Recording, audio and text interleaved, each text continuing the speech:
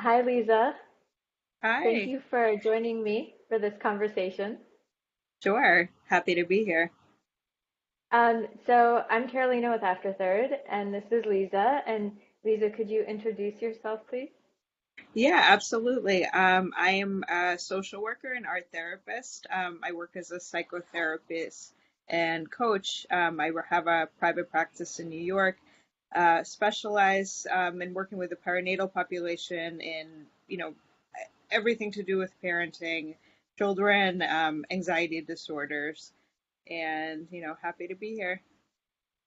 Yeah, I'm really excited to have you chatting with me today because we're going to talk about something really important.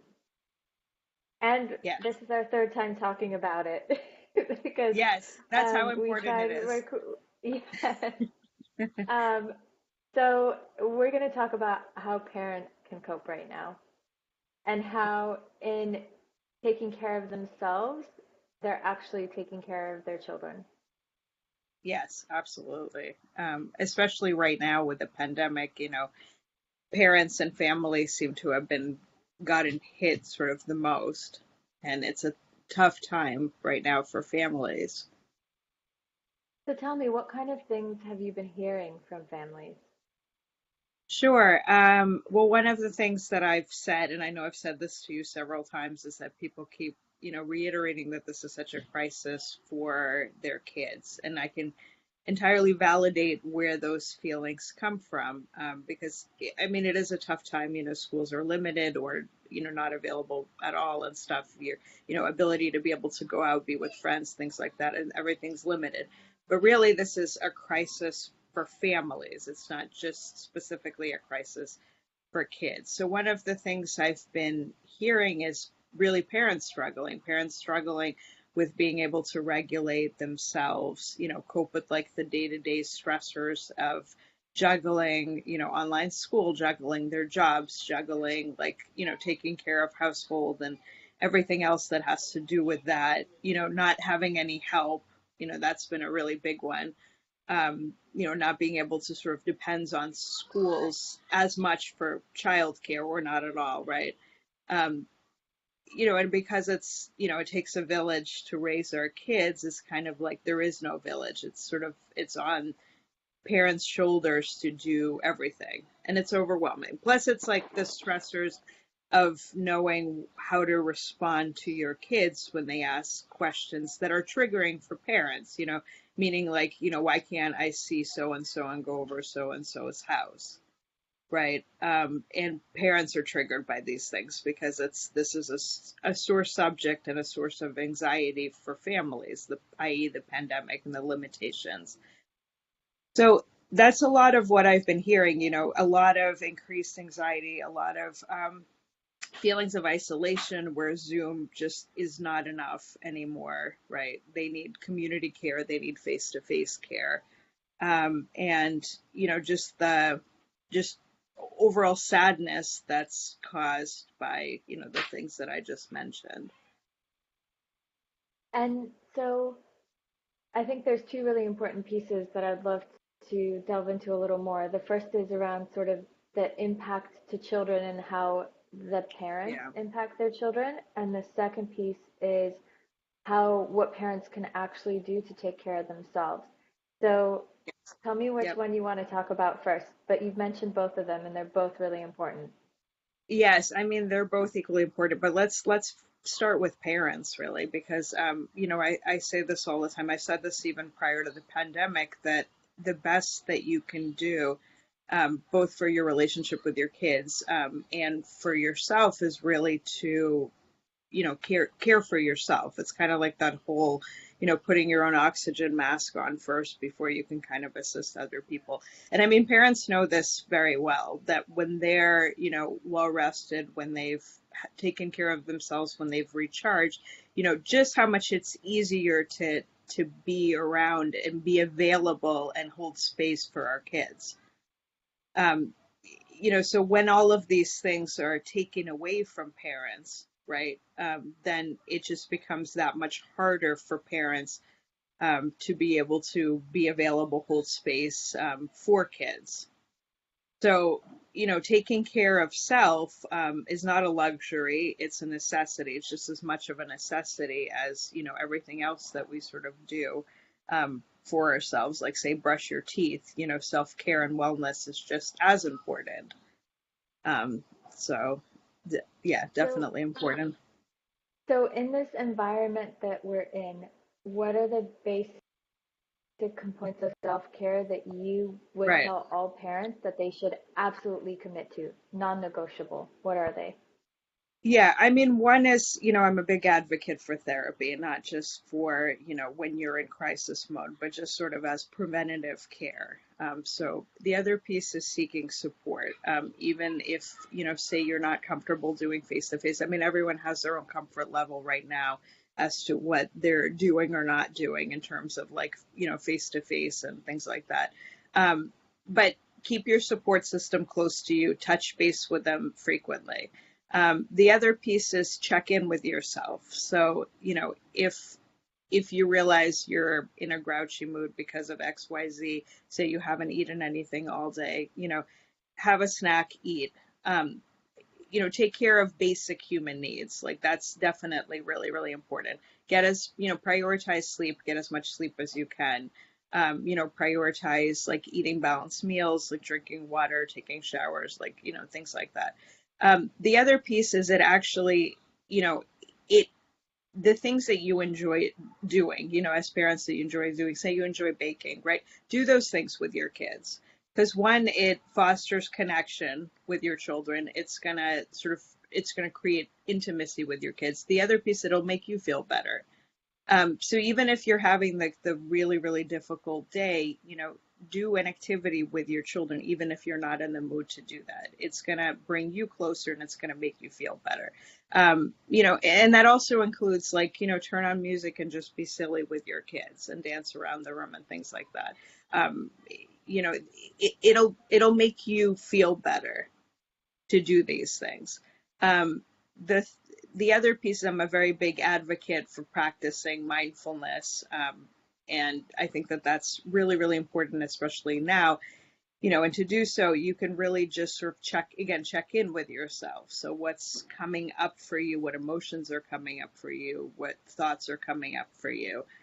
And the rest of it, it's really just what self-care looks like for one individual versus another individual. That's very unique. So those are my tips. So those are really good. I will say that for me personally, and I know you and I both are working from home with children, I've Yes. found that the schedule around eating and sleeping is really important for the whole family. Yeah. So being consistent about making sure we always eat at the same time and making sure that we're eating nutritious Right. food. Right.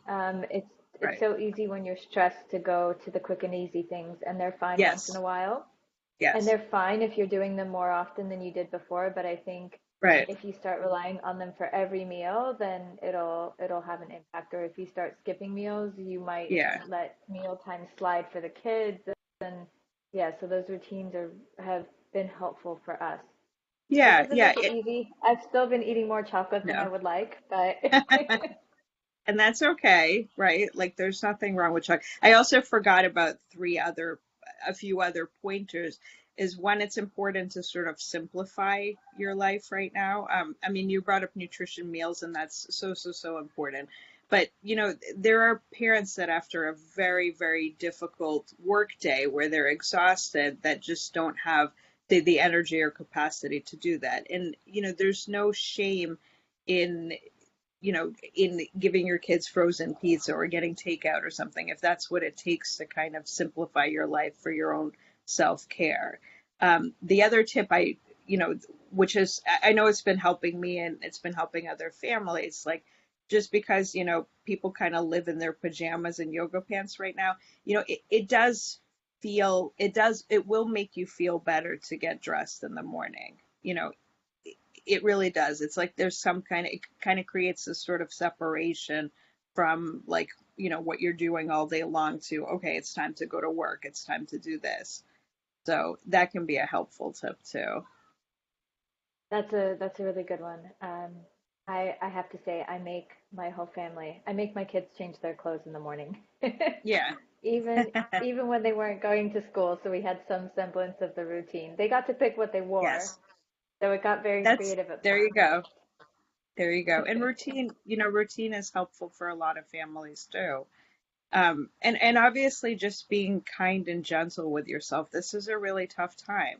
This is where to some degree just some acceptance needs to come in that it's okay to not feel okay. It's okay to sort of feel all the emotions. So can you elaborate a little bit more on how someone can do that for themselves? Because I think if they didn't Yeah. practice it coming into the pandemic, it's even more crucial now, but Yes. it's something that takes practice. It does take practice, and I mean, in my work with clients, there's a big, big, big part of learning to practice acceptance, because it's not always easy. And acceptance doesn't mean that you give up. It doesn't mean that you're in denial. It doesn't mean that you just accept this as being great, right?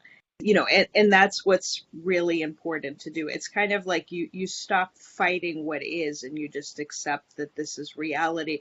It sucks. It's hard. It's going to be hard for a while. This too shall pass, but that you sort of face it for what it is. And I would add the other piece, figure out ways to make it a little more bearable for yourselves. So, So one of the things I've read about is that one way you can start being kinder to yourself is by when you have a moment where you say, I messed up, or you're being yep. hard on yourself, notice that you're being hard on yourself, and then imagine a good friend.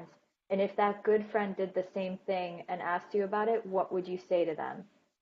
Think about what you would say to them and then say that back to yourself. That's one of the things that someone taught me. And also, I've read about it. Yeah, no, no, completely, because we're the hardest on ourselves. It's true that some of the things that we say to ourselves, like if other people said that to us, it would be abuse, right? So it's like, why are you doing that to yourself?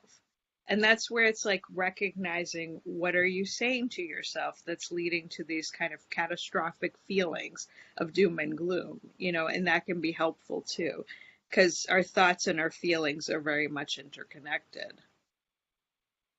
And so, just to bring it back, we've talked about taking care of yourself as a parent, making space for yourself, simplifying things, and just forgiving yourself and speaking to yourself with compassion. So, just to take it back, how does that help our children? So, how does it help your children is that you're modeling, how to respond to a crisis essentially. Like your kids in times of distress, they're going to turn to their caregivers, to sort of observe how you're handling it. So it's like even if you feel that you're not actually speaking the words and saying that you're dealing with a tough time, they can see that with your behavior. All behavior is a form of communication. So really you're sort of showing them how to respond to crisis, to anxiety, to trauma, to like, to the isolation, to everything that's going on with you. So that's what's really important to be able to model that. Your kids ultimately don't become what you say, they become who you are and how you model behavior. So that's something that's really, really important. I mean, all of these emotions that are coming up, they're completely valid. Even the point of therapy, it's not to take away emotions and basically make you feel numb. You're a human being and you're going to feel them, right? But it's how we respond to our feelings. That's what's important.